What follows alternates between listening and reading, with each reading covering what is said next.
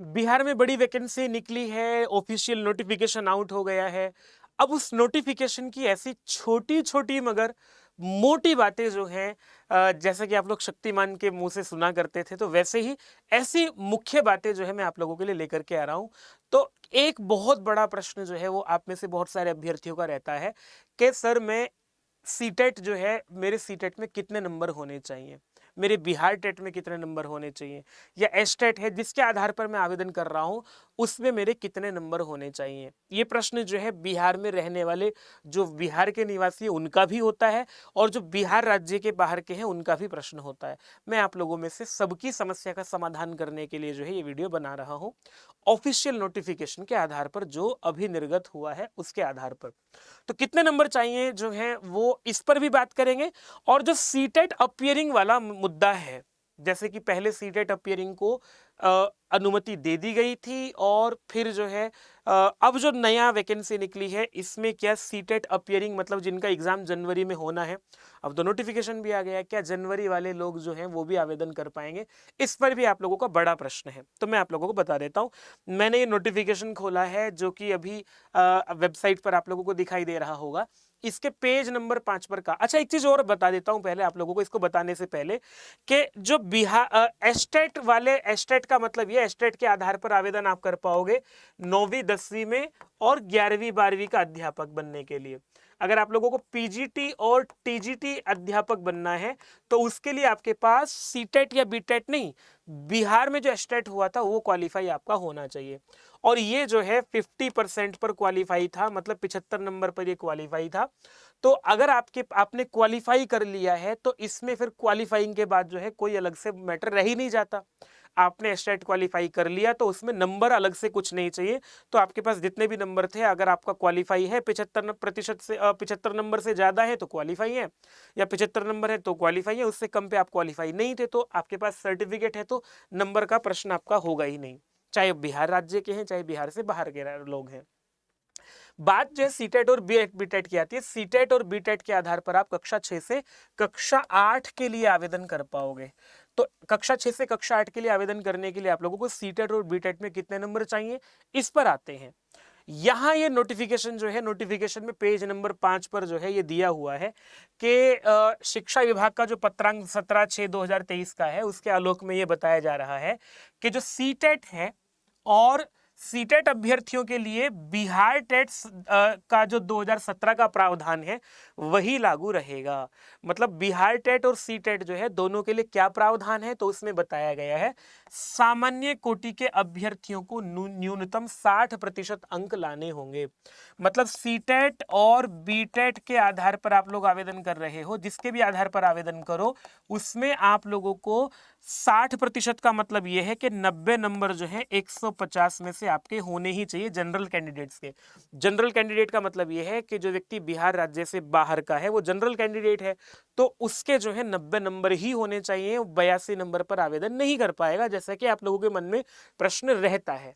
दूसरी बात, बिहार में ऐसा व्यक्ति जो किसी आरक्षण का लाभ नहीं ले रहा है, जो कोई आरक्षित श्रेणी में नहीं आता है, उसको भी 90 नंबर ही चाहिए।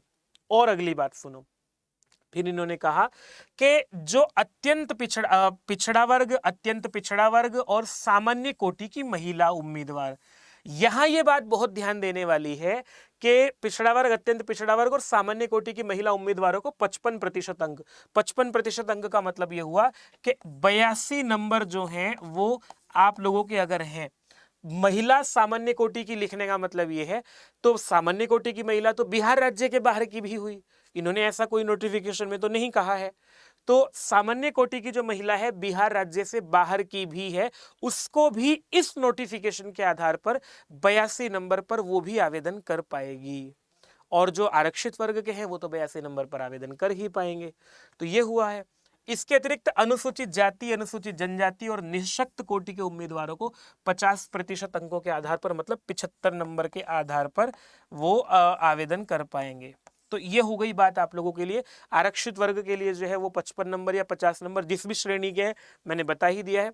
एक बात यहां मुझे आप लोगों को बतानी है कि ऐसा प्रकाश में आया है, सुनने में आया है ऐसा, कि बिहार राज्य से बाहर की जो महिला रही है उसको नोटिफिकेशन के हिसाब से तो वो 82 नंबर पर जो है आवेदन कर सकती है, पर मेरी भी जानकारी में जो ऐसा आया है कि अगर किसी महिला के 82 नंबर पर उसने आवेदन कर दिया था तो उसको बिहार में बाहर भी किया गया है। हालांकि कोई केस जो है अभी जानकारी में नहीं आया है, पर ऐसे सुनी हुई बात है।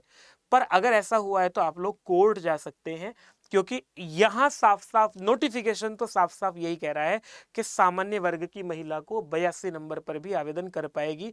बिहार राज्य से बाहर की महिला अगर है, महिला वर्ग में आवेदन करेगी तो 82 नंबर सीटेट में या बिहार टेट में होने पर भी आवेदन कर सकती है, कक्षा 6 से कक्षा 8 के लिए।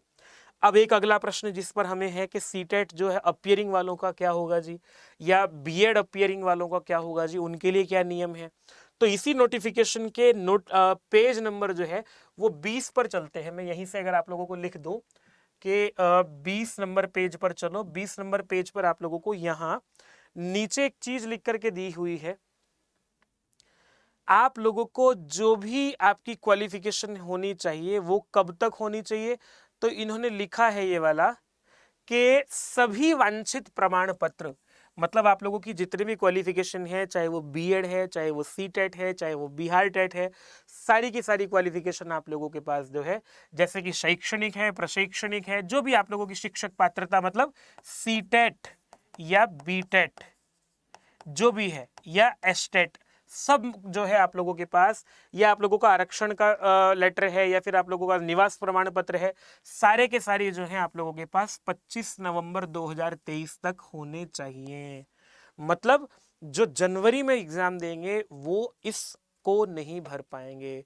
मतलब जो अभी एग्जाम जो है बीएड का क्वालिफाई नहीं कर पाए हैं और उन्होंने भले ही सीटेट कर लिया, उन्होंने भले ही सारी की सारी क्वालिफिकेशन है, लेकिन अपियरिंग है और इस 25 तारीख तक उनका कोई रिजल्ट नहीं है उनके पास है, तो वो आवेदन नहीं कर पाएंगे। ये महत्वपूर्ण जानकारी है। और इसमें जो है ऐसा कभी पहले कहीं और हुआ भी नहीं है। ये तो बिहार में जो है एक आप लोगों को ऐसी छूट दे दी गई थी। तो और मैं आप लोगों को ऐसा जानकारी दे भी देता हूं, भले ही आप लोगों को ये बात सुनने में अच्छी ना लगेगी, लेकिन इस पर कोई एक्शन नहीं लिया जा सकता है। अगर आप कोर्ट जाना चाहते हैं, एक बहुत बड़ा वर्ग है जो सीटेट का एग्जाम दे रहा है, सीटेट को क्वालिफाई करके इसमें इस वैकेंसी में आना चाहता है, लेकिन उसके लिए कोई रास्ता नहीं है। मैं आप लोगों को ये बता देना चाहता हूँ। चलिए, आप लोगों को चैनल को सब्सक्राइब कर लीजिएगा। कोई प्रश्न है तो छोड़ दीजिएगा, उसके लिए अलग से वीडियो बना करके आप लोगों को महत्वपूर्ण जानकारी देंगे। नमस्ते। वीडियो कैसे लगी कमेंट करके बताना आप लोग।